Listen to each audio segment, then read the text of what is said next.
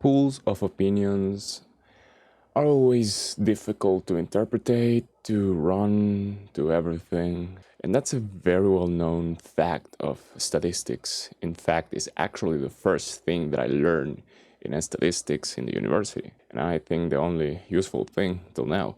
The thing is that Jordan Peterson talked about how the YouTube environment, on how the YouTube comments section, at least of his videos, were a very nice place, let's say, a positive one, because 99% of all his comments were, well, positive and constructive, I guess.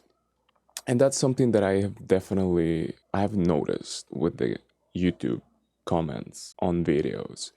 And I think it's because if you're going to comment on something, you probably watch a good part of the whole video, of the video, and you're going to tend to watch videos that are related with your way of thinking and that are going to reassure your belief system, I guess. But then you can think the same about the mainstream media from the US, like CNN on MSNBC or the BBC in Britain.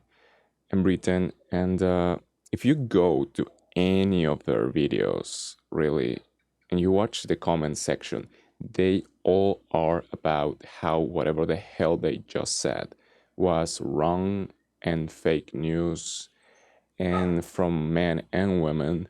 And so that's very interesting, because taking into account that specifically, we can argue that the vast majority of the English-speaking population around the world are somewhat awakened, let's say, in on things in general.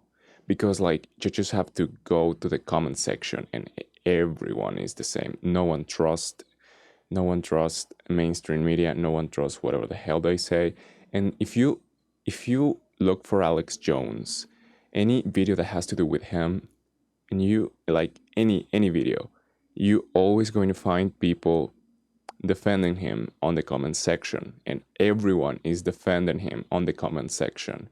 So it's absolutely it's a complete contradiction, the YouTube policy, let's say, about topics and what the users want, because YouTube obviously tends to align with government's policy, especially the Western USA and Britain and European Union policies. And then that makes me think about how is that institutions that have such a low rate of views and such a high rate of disagreement with the people that actually watches the news, how is that they are still around?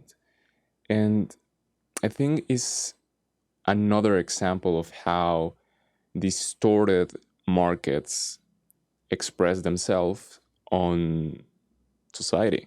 Because with the concept of the effect of the Cantillon effect, we can understand how is that these institutions that definitely do not get revenue still have, I mean, they still exist, and even now they are still relevant in certain way, in the way that they are, at least between them there is such a certain amount of correlated trust within them, and that also makes people who works on institutions similar institutions, or like ONGs or institutions that have some kind of revenue from the UN, which are a lot, or the governments, still take on count the importance of journalism coming from mainstream media companies like CNN and all of those. So because it doesn't make any sense if they had a a business model based on how many people watches them, they would have gone out of business in 2010 or in 2012, I think. since then I don't see any amount of people watching those news that could correlate with the amount of resources that they need to pay journalists and to produce all of their programs and traveling all around the world doing journalism, because they do have to have a huge budget, and I don't see how they make it back in any possible way. Because, and that goes for printed press, like what I think I bought a newspaper 12 years ago, no, like 10 years ago, but because I had to for a school project or something. And also magazines, newsletters, they all depend on beneficiaries. Just because they are journalism, they receive economical incentives from the government. So basically, the free market tells them that nobody needs their existence because they are not capable of producing an outcome, an economical outcome. So the government has to totally bail them out, paying everything for them, and they still just hang around, creating distortion in the very few people who actually listens to them.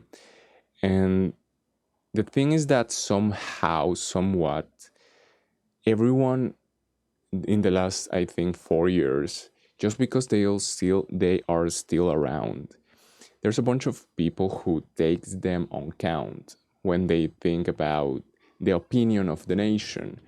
Like they, even I have fall into that trap. I think when I sometimes somewhat I think of whatever the hell they're saying as if it has any merit to it, and if as if anyone really might actually believe whatever the hell they're saying. Because, and it's very confusing because there is so much people working there, and so that makes you feel that something have they might have something right, because there is so much people doing that job, doing that journalistic job.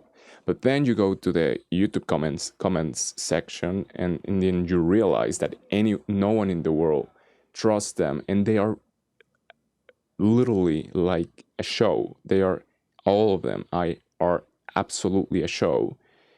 That, and it's very sad for the people who work there, because even though they might be making a living from it, I'm sure that at least half of them have in their mind the fact that they are clowns, that they are clowns, and that they are like parasites that live, that exist from resources diverged to them from the government, so they can keep the narrative on flow, alive.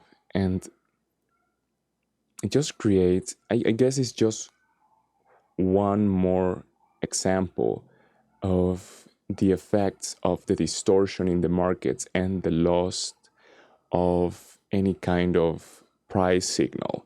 Because the price signal will be, you get no revenue, you go bankrupt, you go out of the air. There is no CNN anymore, there is no New York Times anymore, there is no the New Yorker or Wall Street Journal.